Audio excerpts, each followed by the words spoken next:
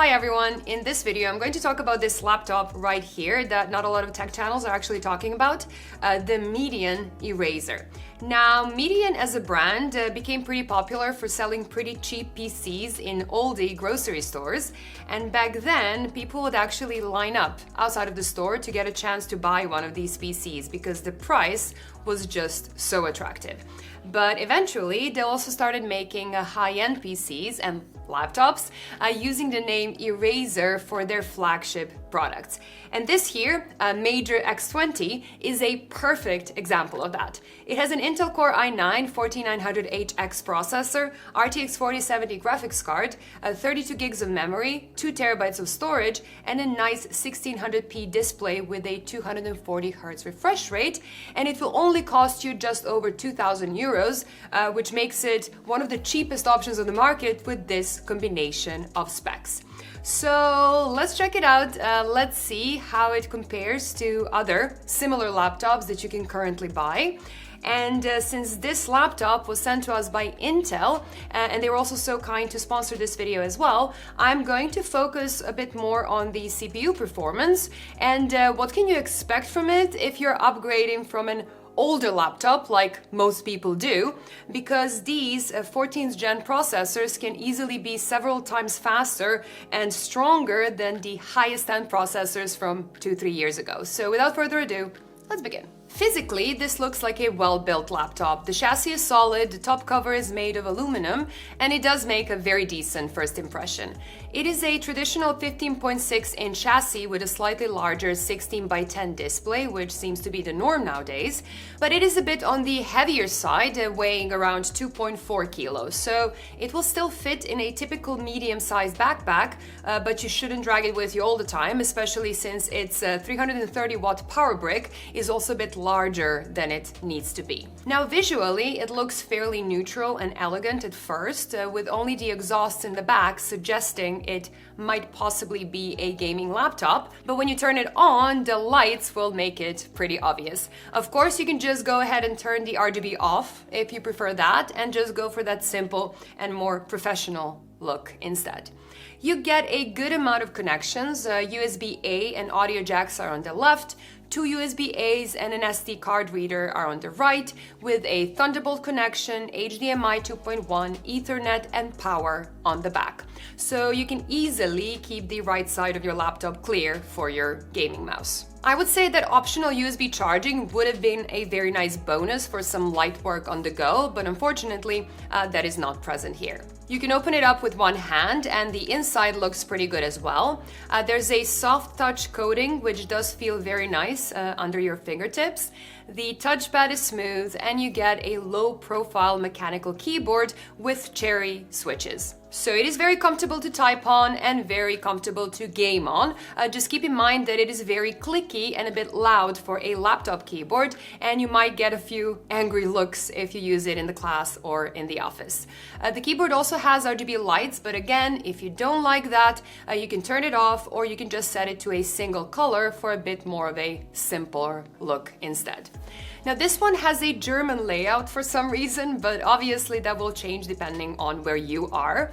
It is just the only model that I managed to get my hands on for this video. But let's talk about numbers first. As I said at the start, this model has an i9-14900HX combined with a 32 gigabytes of DDR5 5600 memory. So if you're after a laptop that offers a lot of CPU performance, this is definitely an option to look into. Looking at Cinebench, we're getting a score of about 30,000 points, which makes it about 27% faster than the MSI Raider with a 12th gen HX CPU, or about twice as fast as the MSI GF66 Katana, MSI Creator Z17 or Aorus 15P that also have a 12th gen Intel CPU. It is more than twice as fast as the G14 with the Ryzen 9 6900HS or the G15 with the older 5900 HX. Only the MSI Raider and the MSI Vector with the 13950HX and a 13980HX score a bit higher, but those laptops are thicker and larger 17-inch models that have bigger coolers and higher power limits, so do keep that in mind. In a quick Blender render, the 14900HX in this Erazer finished the job in 1 minute and 28 seconds, so it ended up in a similar position as with the Cinebench scores. And in a longer render, where CPU clocks stabilize a little bit more, it's again very similar to previous graphs. So if we assume that an average person in a realistic scenario would upgrade their laptop once every few years or so, let's say your old laptop has a top-tier 10th gen CPU, you're looking at roughly 3 times the performance, which is a very significant upgrade. The RTX 4070 isn't the most high-end GPU you can get, but it is a very good option, and also the reason this laptop is not a 3,000 euro laptop instead. Now, the 4070 holds up really well in a chassis like this one and with the 1600p resolution. Lighter games like Counter-Strike 2 or Rainbow Six Siege will easily run close to 200 FPS. Medium-heavy games like Assassin's Creed Valhalla, God of War, or Spider-Man will run around 100 FPS without upscaling. And only in the heaviest games like Cyberpunk 2077 or Starfield, it will start to get a little bit tricky. But that is where DLSS upscaling comes in, and you end up with a laptop that can realistically play any game you throw at it at this 1600p resolution. The RTX 4070 was pulling around 120 watts on average in this model, with moments where it went to 130 watts. So the GPU power in general is actually not that limited. Now, laptops that are relatively cheap for the specs they offer usually tend to save money on the display, but that doesn't seem to be the case here.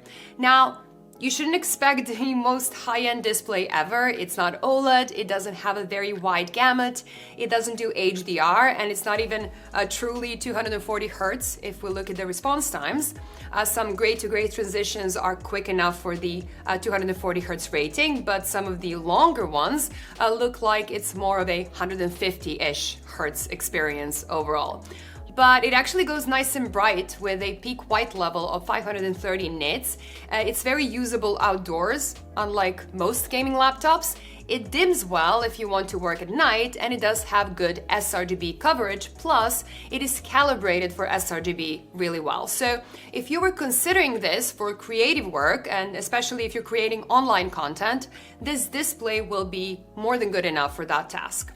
Now, this is a bit subjective as well, but I personally think that 16-inch 2560 by 1600p combination is just really nice to work with in general.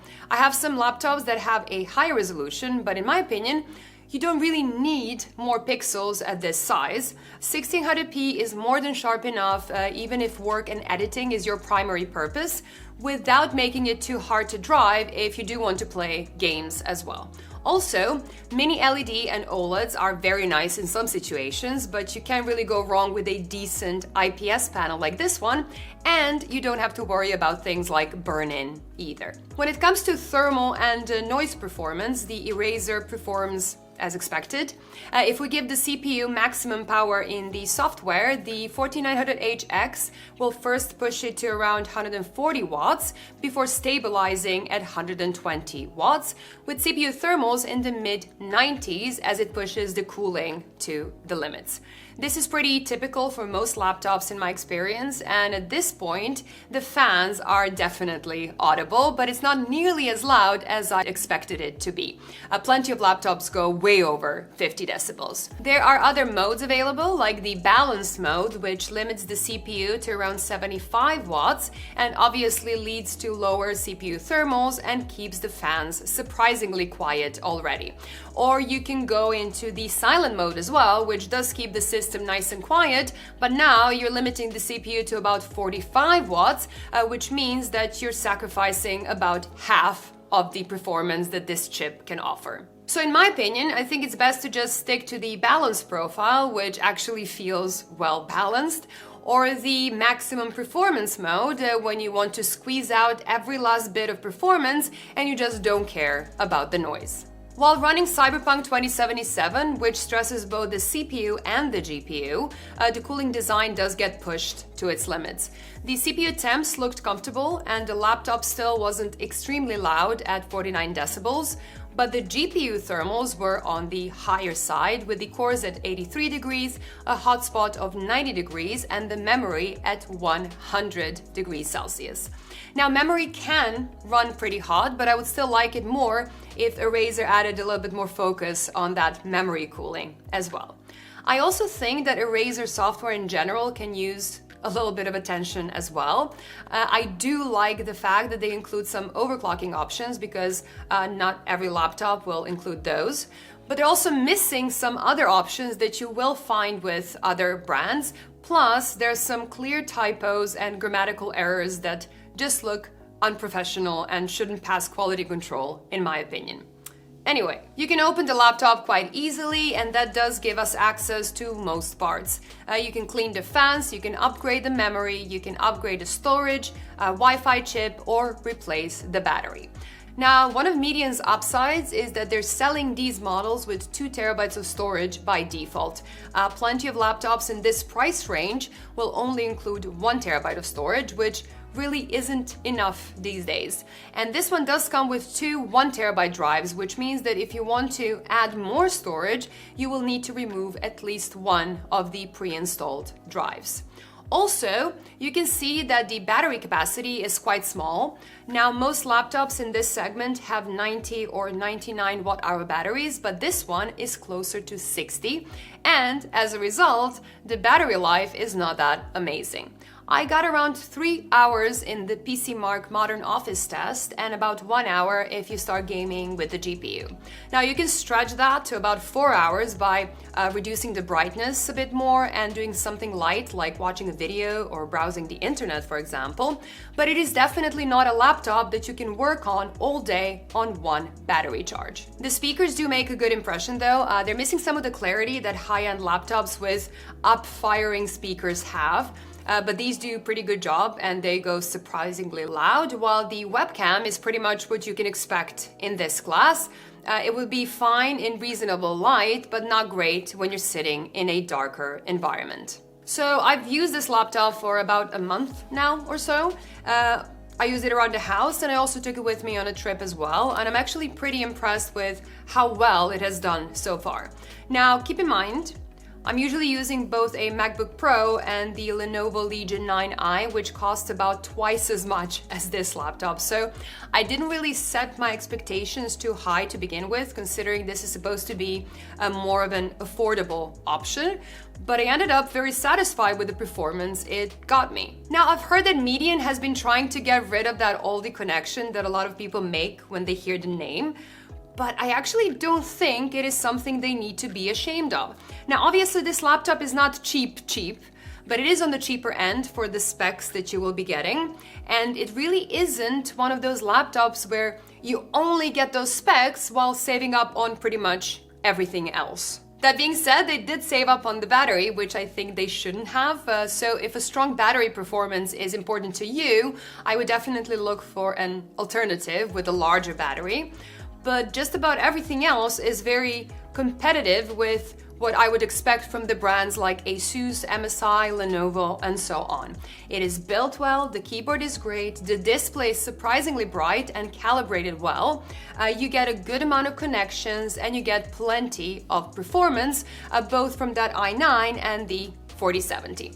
Now, I know 2024 laptops are not hugely different from 2023 laptops, but assuming you're on something older like a 10th or an 11th gen processor and maybe a 10 or 20 series GPU, laptops like these will be a huge upgrade for you, both for CPU heavy work and for gaming. Now, this is all I had for this video. I really do hope you enjoyed it. If you did, please do consider clicking that subscribe button so you never miss my future uploads.